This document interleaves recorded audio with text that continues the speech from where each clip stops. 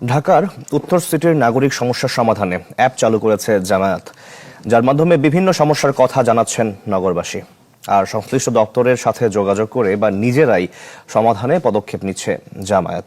App চালুর পর থেকে 124টি নাগরিক সমস্যার মধ্যে সমাধান হয়েছে 24টি, প্রক্রিয়াধীন রয়েছে 32টি। রাজধানীর মিরপুরের মধ্য পাইকপাড়ার এই সড়কের পাশে সপ্তাহখানেক আগেও ছিল ময়লার স্তূপ। এই পথ ব্যবহারকারীরা বলছেন, নাগরিক সেবা অ্যাপসে সমস্যার কথা জানানোর পর কিছুটা হলেও দুর্ভোগ কমেছে। তবে বর্ষার আগে এটি পুরোপুরি সংস্কারের দাবি তাদের। যে সমস্ত দোকানপাটগুলো আছে, সমস্ত ময়লাগুলো এখানে ফেলে একেবারে স্তর করে ফেলেছিল, একেবারে উঁচু পুরোটাই। বিভিন্ন জায়গায় আমরা সিটি কর্পোরেশনে গিয়েছি, বহু জায়গায় বলার চেষ্টা করেছি, কোনো ইমপ্রুভমেন্ট আসে নাই।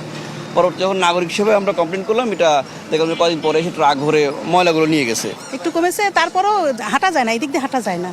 ওই পাশ দিয়ে যাও বা কোনো রকমে হাঁটা যায়, এই পাশ দিয়ে একেবারেই হাঁটা যায় না। আর রোডটা দেখেছেন কি ভাঙাচুরা, মানে রিক্সায় যেতে গেলে জীবনটা বের হয়ে যায়।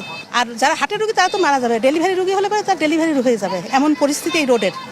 এই রোডটা অবশ্যই ভালো করা উচিত।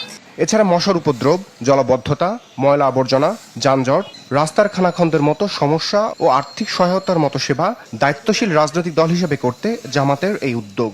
মহানগর উত্তরের আমিরের দাবি, নাগরিকদের মাঝে সাড়া ফেলবে এই অ্যাপস। এরকম 10টা প্রবলেম ইতিমধ্যে আমরা সমাধান করে দিয়েছি। বেশ কিছু প্রবলেমগুলো আমরা সর্ট আউট করেছি এবং এটা সমাধানের জন্য আমরা চেষ্টা করতেছি।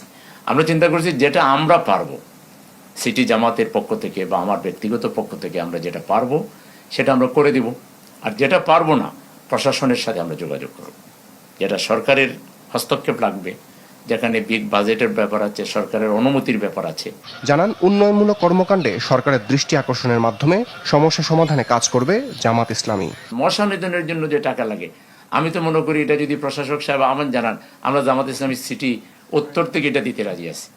রমিজ হুসাইন, চ্যানেল 24, ঢাকা।